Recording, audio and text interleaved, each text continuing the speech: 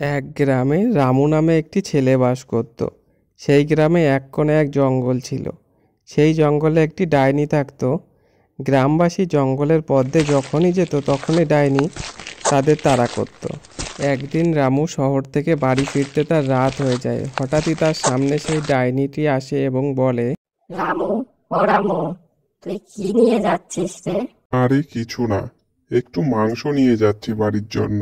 তুই এখনই এই মাংস দে, আমার খুব খিদে পেয়েছে। এই বলে ডাইনিটি রামুর হাত থেকে মাংস নিয়ে খাওয়া শুরু করে দিল। আর এই দিকে রামু কান্না করতে করতে সে বাড়ির দিকে চলে গেল। একদিন রাজুর মা রাজুকে টিফিনে লুচি আর মাংস বানিয়ে দেয়। তারপরে রাজু যখন সেই টিফিন নিয়ে জঙ্গলের পথে যাচ্ছিল, তার মাংসের গন্ধে তার সামনে সেই ডাইনি এসে হাজির হয় এবং বলে, আরে কি সুন্দর গন্ধ! তোর মা মনে হয় টিফিনে আজকে তোকে মাংস দিয়েছে। দে দে দে, তোর টিফিনটা দে তাড়াতাড়ি, আমার খুব খিদে পেয়েছে। এই বলে ডাইনি রাজুর টিফিন খেয়ে নেয়। তখন রাজু কান্না করতে করতে বাড়িতে চলে যায়।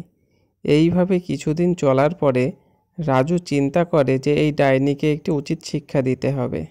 রাজু তখন তার মাকে ডাকে আর বলে, এই ডাইনিকে আজ আমি উচিত শিক্ষা দেব। তুমি বেশি করে ঝাল দিয়ে মাংস রান্না করে দাও। তখন রাজুর মা খুব ঝাল দিয়ে মাংস রান্না করে দেয়। তখন রাজু সেই টিফিন নিয়ে স্কুলের দিকে যাচ্ছিল। হঠাৎই সেই ডাইনিটি সেই মাংসের গন্ধে তার সামনে চলে আসে। আরে রাজু, দাঁড়া দাঁড়া, আগের দিনের লুচি মাংসটা খুব ভালো ছিল।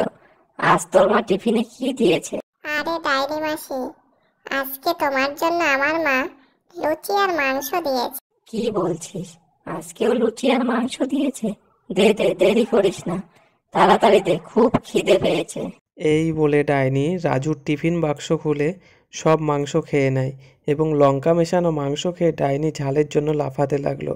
লাফাতে লাফাতে সে পালিয়ে যায়।